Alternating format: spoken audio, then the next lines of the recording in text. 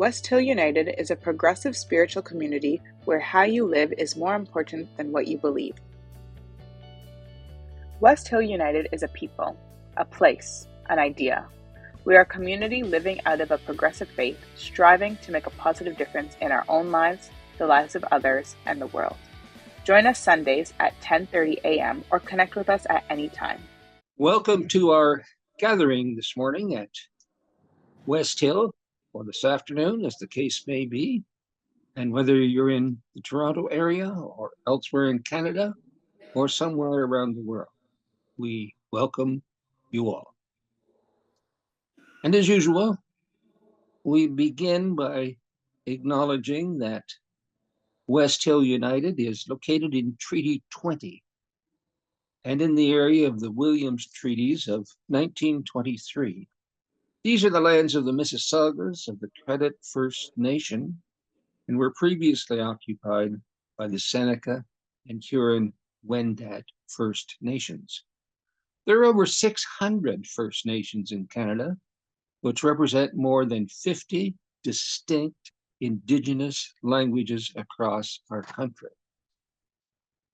Most of us, in fact, are unaware of the enormous contributions Indigenous people have made to our lives and the value and wisdom in First Nations teachings of the seven grandfathers, wherein children from a very, very early age are taught to practice living their lives with wisdom, love, respect, bravery, honesty, humility, and truth.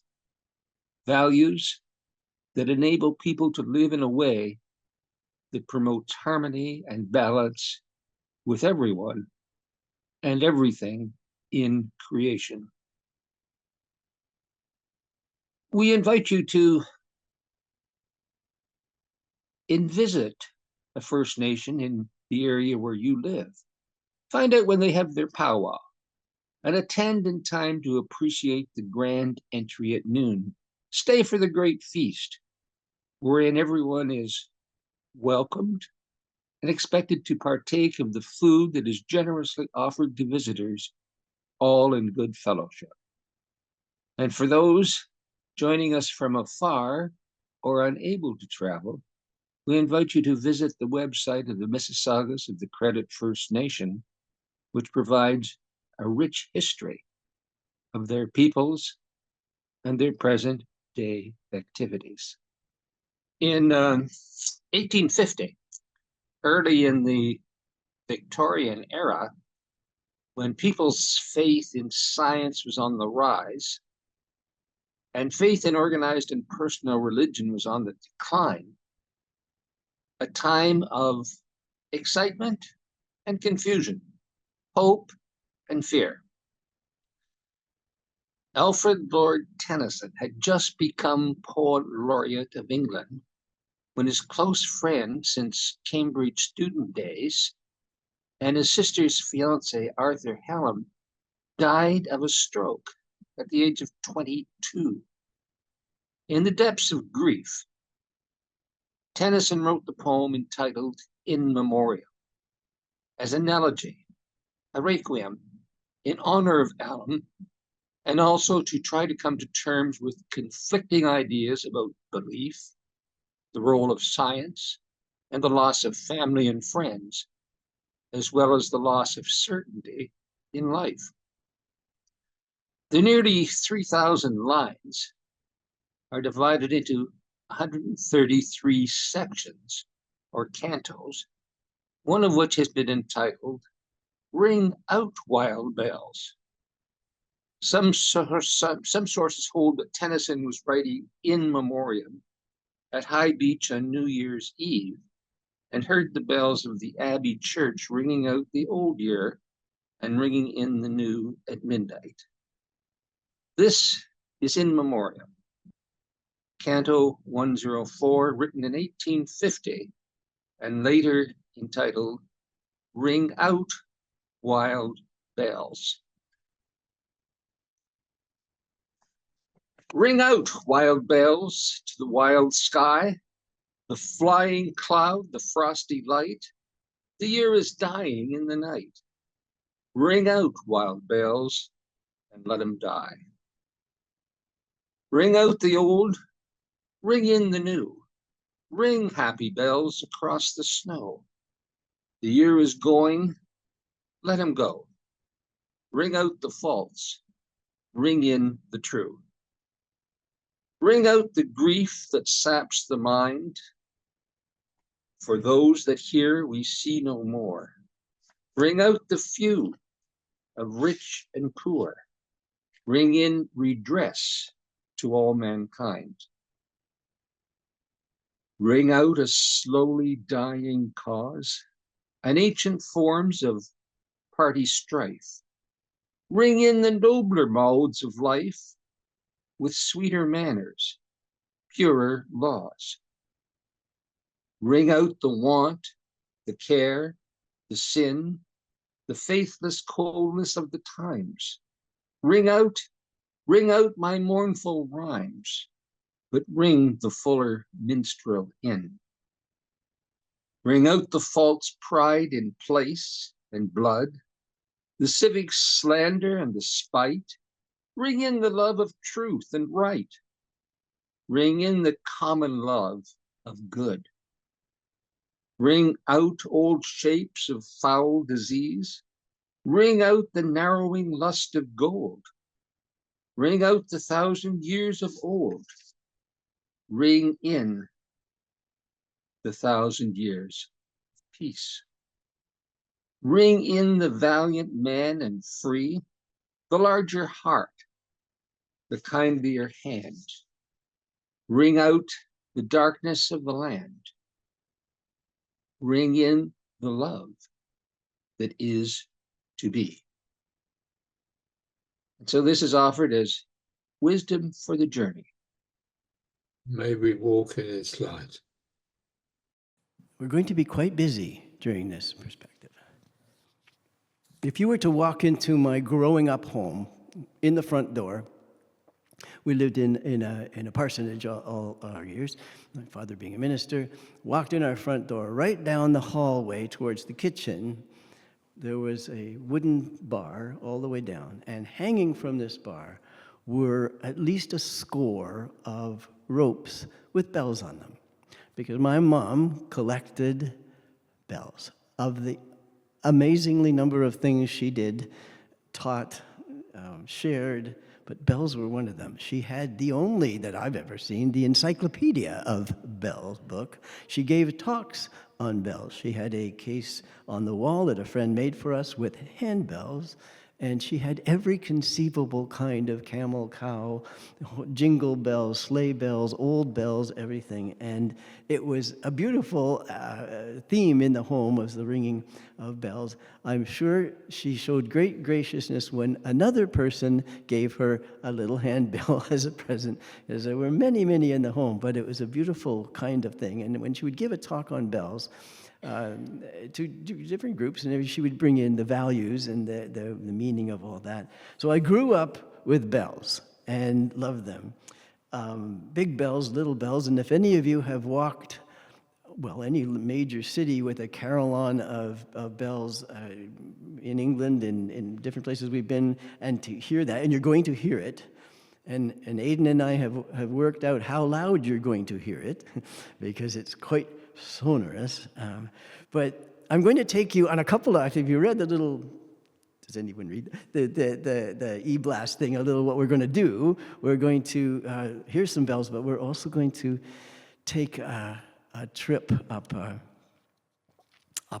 tower. And it's going to be, first, because I'm going to read to you a little section from a man named Hendrik Willem van Loon, L-O-O-N. And the first picture there will be his portrait.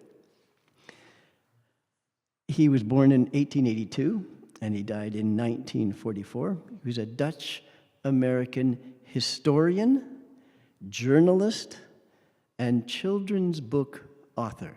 The next picture has him a little older. I love this picture of him teaching. He was born in Rotterdam, and that's important for the reading, educated at Harvard, and then he took his PhD at the University of Munich.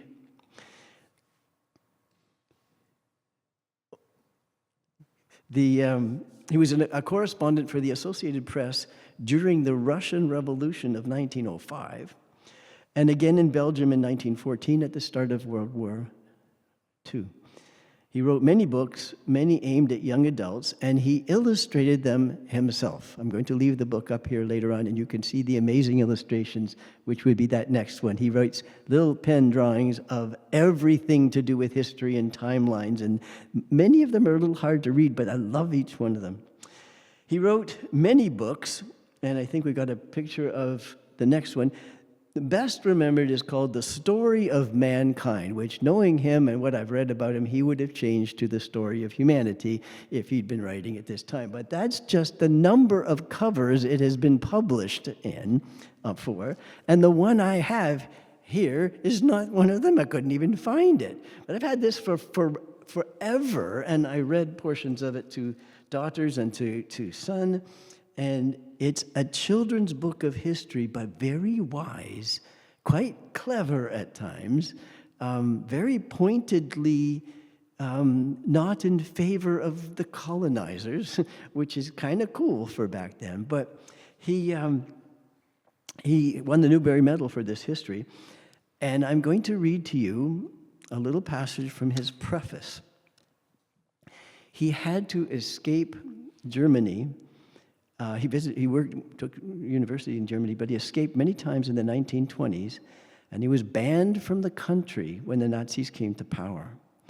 In the summer of 1938, he visited Scandinavia and met with refugees who had recently fled Nazi Germany and who gave him first-hand accounts of the terror that they had experienced.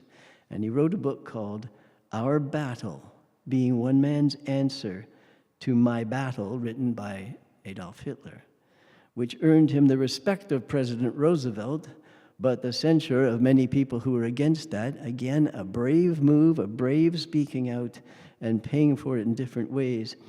But he worked on the presidential campaign for Franklin Delano Roosevelt, calling on all Americans to fight totalitarianism. So I think that's quite timely and important, and he was one of those voices. He was knighted by the Queen of the Netherlands, and after World War II, a ship was named after him, a Liberty ship. And I often think if you didn't know him and you saw a giant battleship go by, and it was called Loon, it might have seemed a bit odd, but it was him, and I love that.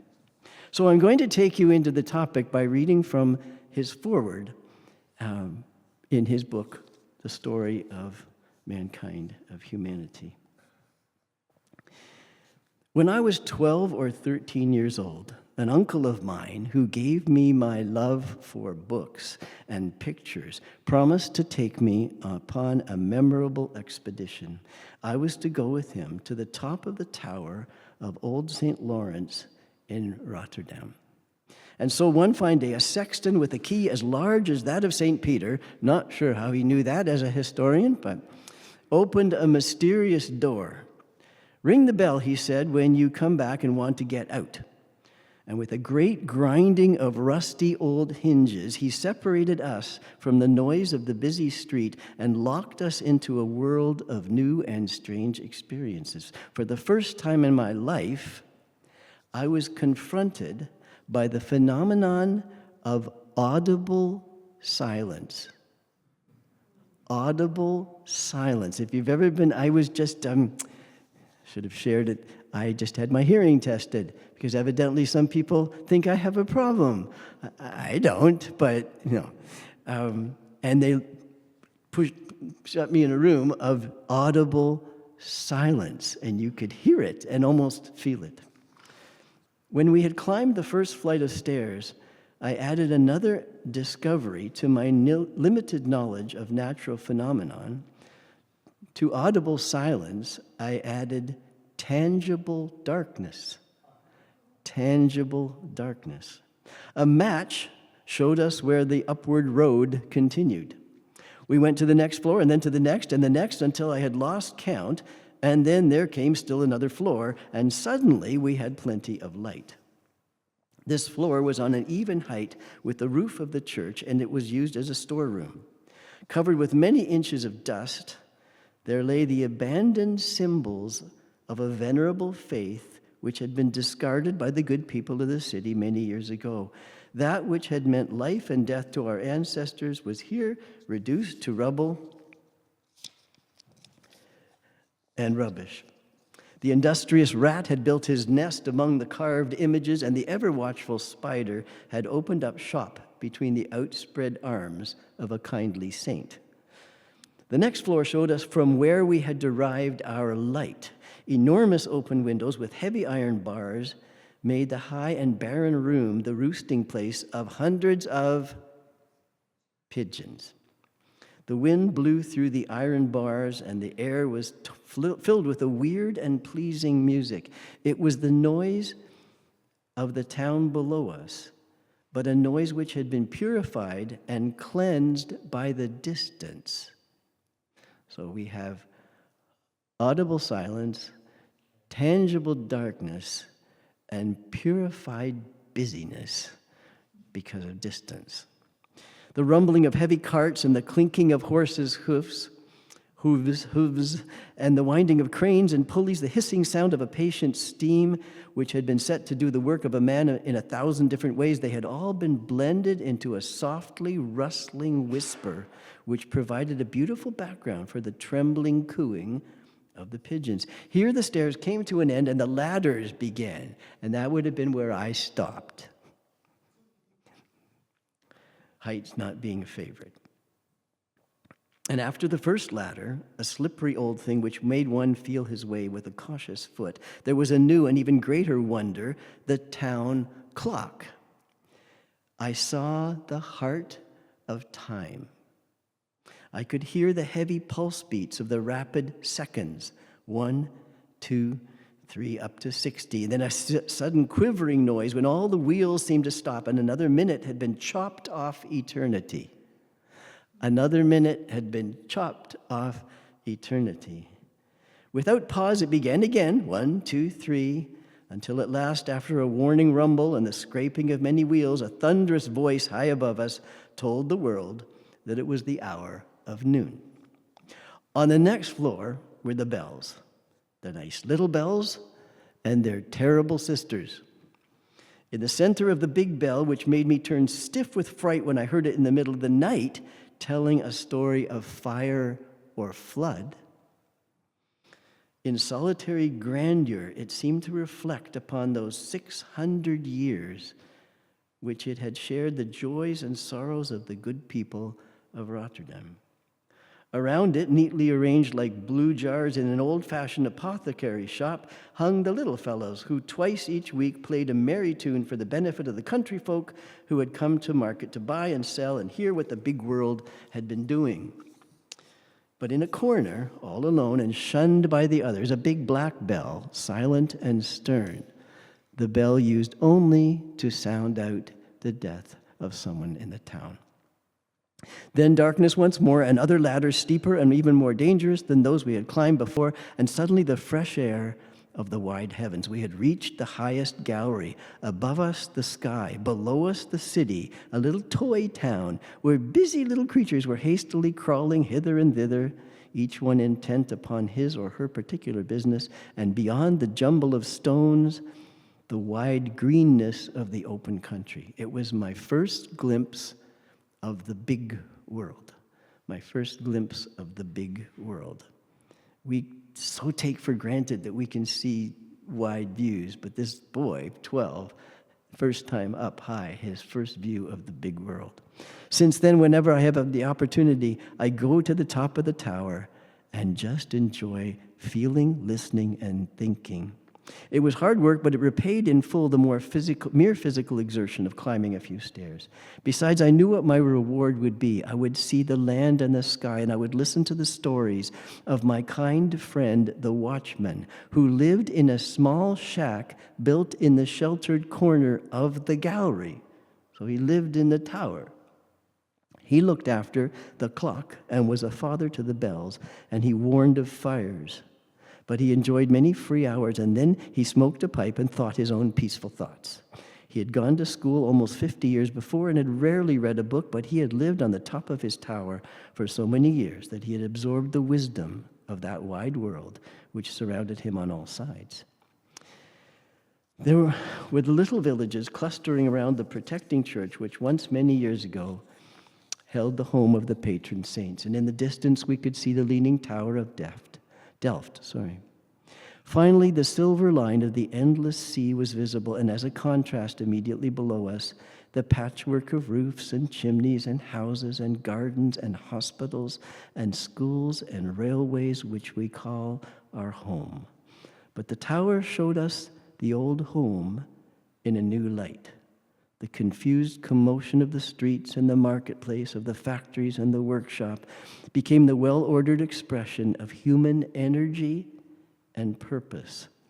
Best of all, the wide view of the glorious past, which surrounded us on all sides, gave us new courage to face the problems of the future when we had gone back to our daily tasks.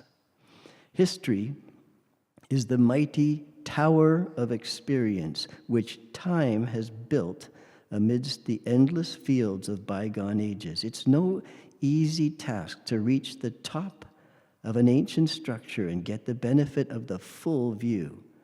There was no elevator, but young feet are strong, and it can be done. So here I give you the key that will open the door. When you return, you too will understand the reason for my enthusiasm.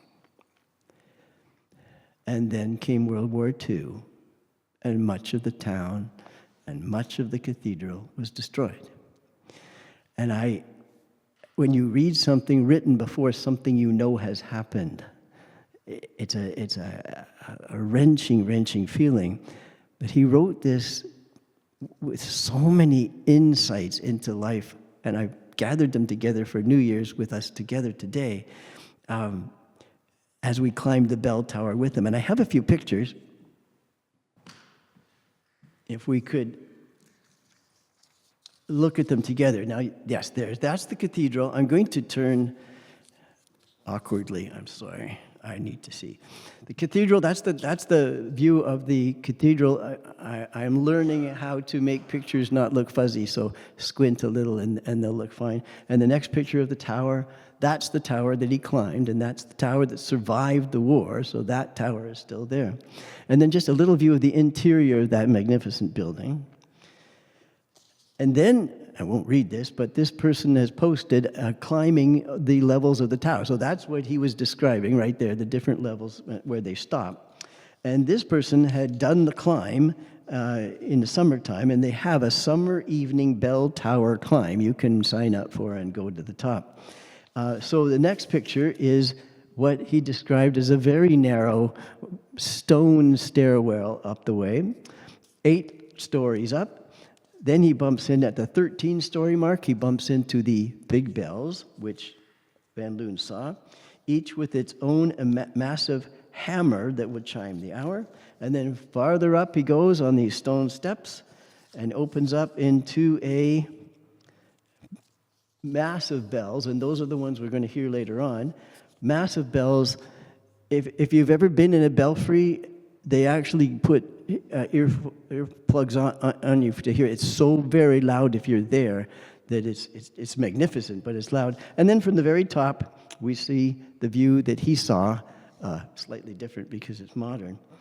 And then I just wanted to put in, so these towers were built, and the higher the tower, the farther the message of the bells could go. Warning of invasion, warning of fire, warning of any kind of difficulty. So when you see those high spires, if the town had the money to hoist their bells up higher, they could get the message out further.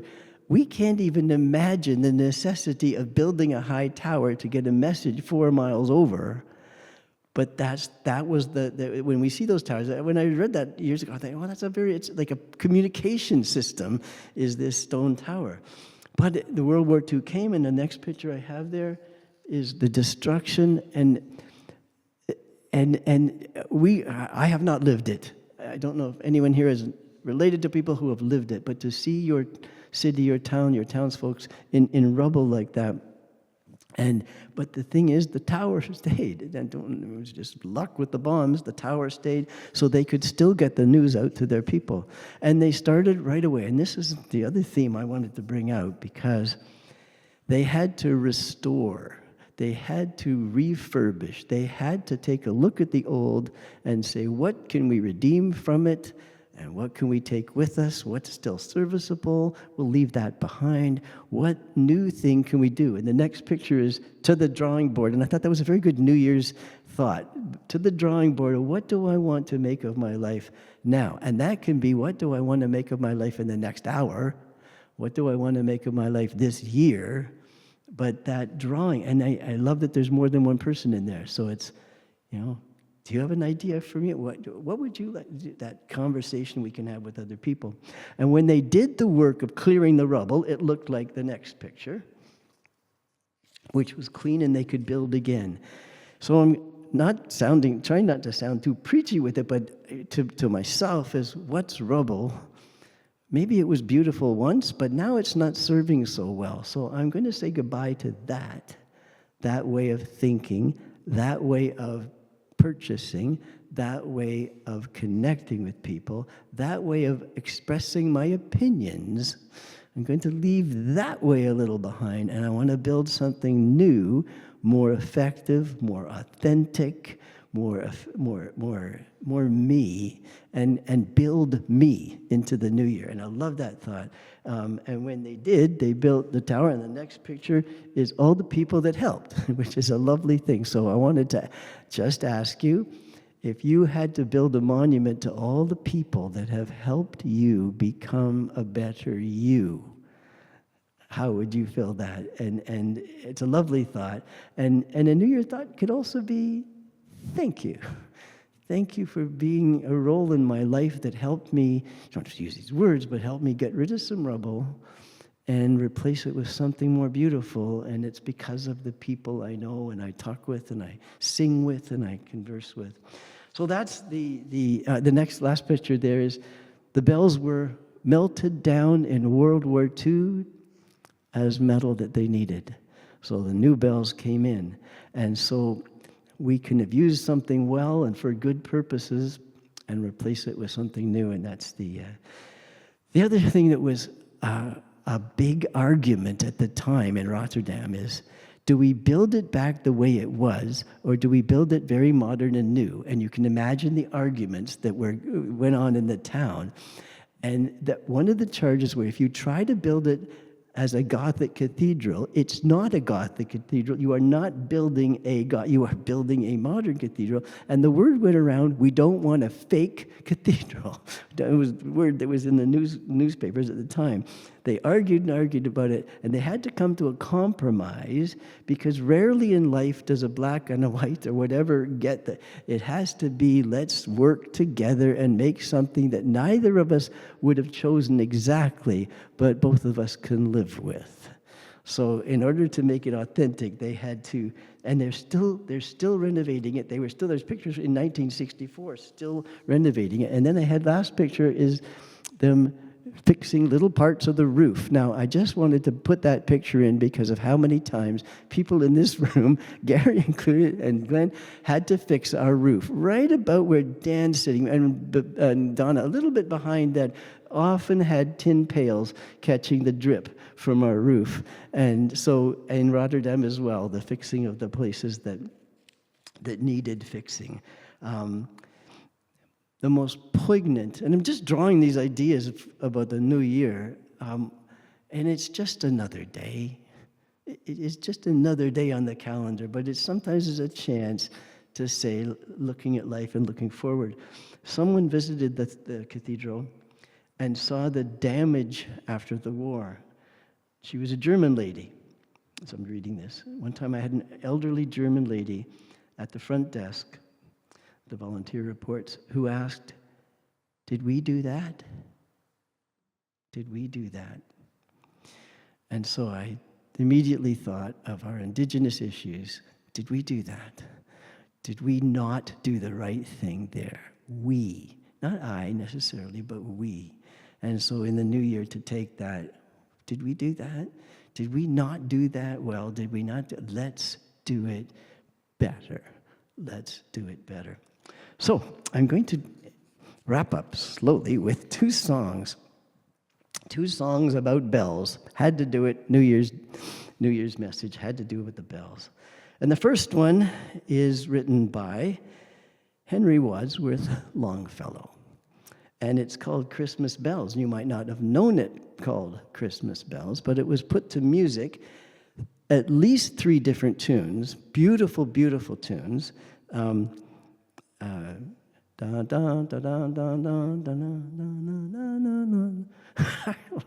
then the other one is I love that one. Anyway, 3 tunes, many tunes. And it was then called I Heard the Bells on Christmas Day. And that's where that song came from, is Longfellow's poem, Christmas Bells.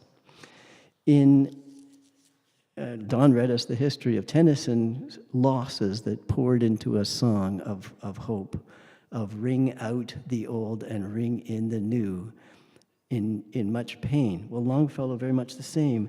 2 years before writing this poem, Christmas Bells, in 1861, his wife of 18 years, to whom he was very devoted, was fatally burned in an accidental fire.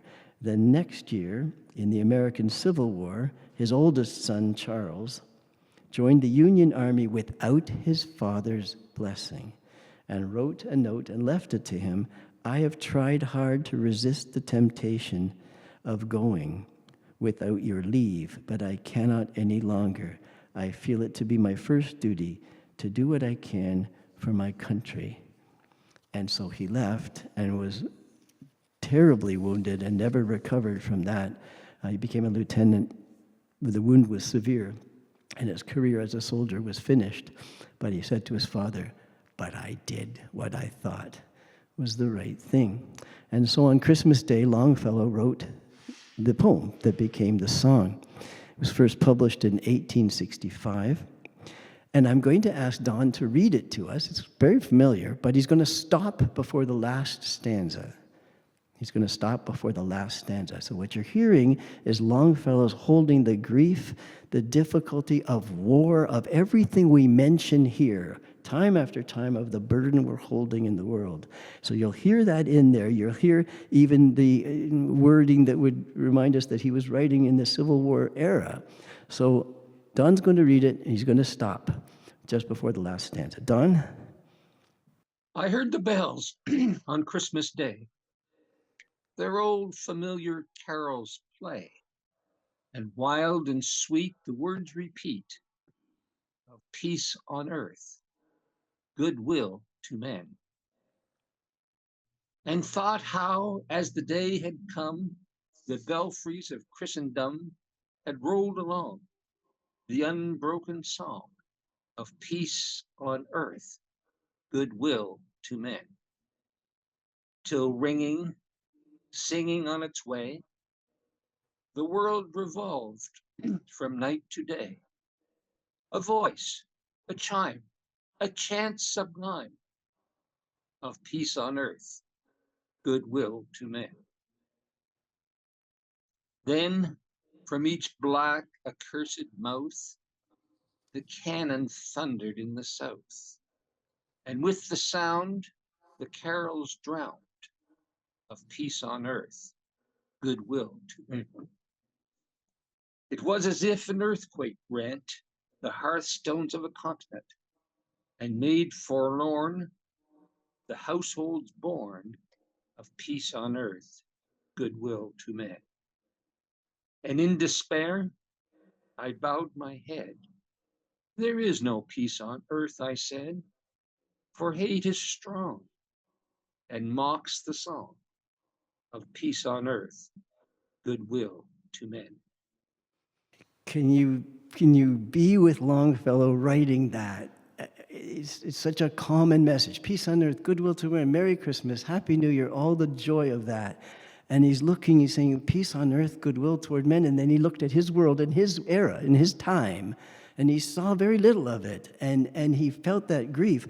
If you're familiar with the song, when it comes to playing that that verse, it's hard to play. And in despair, I bowed my head. There is no peace on earth, I said, for hate is strong and mocks the song of peace on earth, goodwill toward men. Such an incisive verse in a song that people sing. And I feel with him in that. How many times have you listened to the news and thought, what can help this? What can change this? How can we sing peace on earth when there's and so we all find different responses to that. And with full respect, I'm just going to ask in a moment Don to read Longfellow's response. It may not be shared by everybody, and then I'll just comment. But so he's bowing his head in despair. What turned for him? And it's different for everybody. But this is, Don, if you could read the last stanza, Longfellow's response to himself. Then pealed the bells more loud and deep. God is not dead, nor doth he sleep.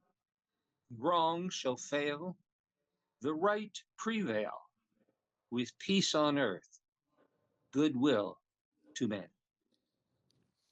So for Longfellow, the bells reminded him that he believed, and I'm, again, very different for different people, he believed there was going to be some sort of rescue, some sort of intervention that would turn the world around and make it be that there was peace on earth and goodwill toward men. The line, the wrong shall fail, the right prevail. Is that not the wish and hope of everyone sitting here, that the wrong would fail and the right prevail? For Longfellow, there was an answer he clung to. And if you are clinging to an answer, that's completely your choice. And if you, depending on your belief, but what if you don't have that? What if there isn't some sort of intervention coming? How do we deal with that? And I'm just going to suggest the themes that we've just been looking at, the audible silence, the tangible darkness, the distance away from the busyness of life, that calm center that Van Loon was talking about, and then coupled with the bells, because there are still bells ringing. And in the songs that we sing and the words that we say, what we celebrate is every single person and movement that enters that despairing darkness with goodness, with peace, with kindness, with integrity, with justice. And if it doesn't prevail, and this is where I stop in my heart too, if it doesn't prevail, it is still the right thing to do. It's still, I think there's an old-fashioned expression, it's still on the side of the angels. And that's just a way of saying, maybe it won't work. Maybe my letter won't make a difference. Maybe my conversation with a friend almost ends the friendship because we disagree so much. Maybe it won't go well. But the bells remind us that there is the goodness, and it's going on everywhere. And it goes on in this room, in this hall, and on the screen, and it goes on in your neighborhood, and it goes on everywhere. Then pealed the bells more loud and deep, and I'll just, as we do at West Hill, change the words a little bit. Then pealed the bells more loud and deep, love is not dead, nor doth it sleep. The wrong shall fail when we can make it happen. The right will prevail when we can make it happen. And when we can't, we will still hold out for peace on earth, goodwill to all. And that's a New Year's resolution that can be kept. Tennyson's poem, Ring Out Wild Bells. I love it. Ring out wild bells, not little tiny wild bells. And so I have for you, courtesy of technology that Van Loon would never have dreamt of as he was walking up the tower. He talked of silence and darkness and a retreat from the bustle, the effort to climb where we can get a view that alters our perspective, where we can get a view, oh, I didn't see that before. Oh, I didn't know that. Oh, I didn't know someone was doing that. Oh, that beautiful view, but it takes effort to climb. And then it takes the strength to listen to the message. And these bells are big. They're big, big bells. And the message still is that it's the right thing to do. So it's I have two videos for you. And again, we have worked with the volume here, but I'm going to ask you to think about Longfellow's rhyme, then pealed the bells more loud and deep. Love is not dead, nor does it sleep. So the first is the full changes. If you're well aware of carillon and bells, the full changes is a complete system of doing the, and this is not the pull bells. You're going to hear that in a second, but this is a carillon which works by mechanisms. And you're first going to hear the sonorous sound of Old Paul. That's the name of the big bell. Old Paul will be chiming as you get ready for the carillon. And so I'm going to just suggest, just a suggestion to see, you hear that as saying you're climbing. The tolling big Paul is saying you're climbing to where you can get a view where peace is something you can contribute to and do. So the first video is Old Paul, and then the complete, what they call the ringing of the changes, will happen. All right.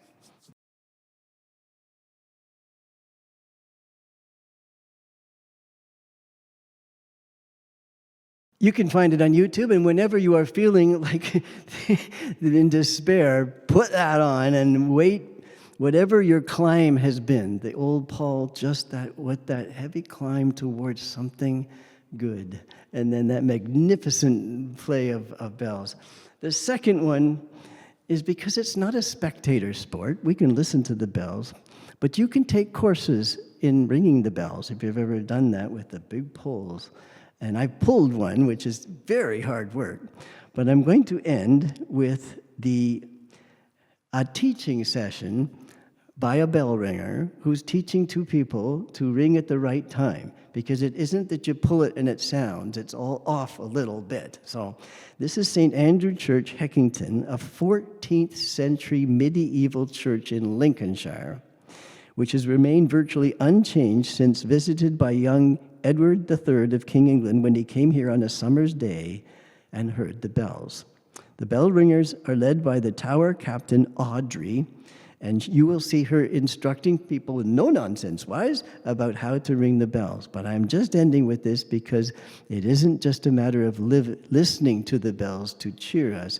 It's a matter of us pulling. And I know this has been a rather simplistic type of imagery, but I really wanted to do it this way about the idea of New Year's, to climb hard enough and high enough to get a view where you can see what is good and add to it. So 7 of these 8 bells you're going to see have inscriptions on them, and the oldest inscription is on the 6th bell, and it says this: William Taylor loves ringing so well, he gave a pound of metal to his favorite bell.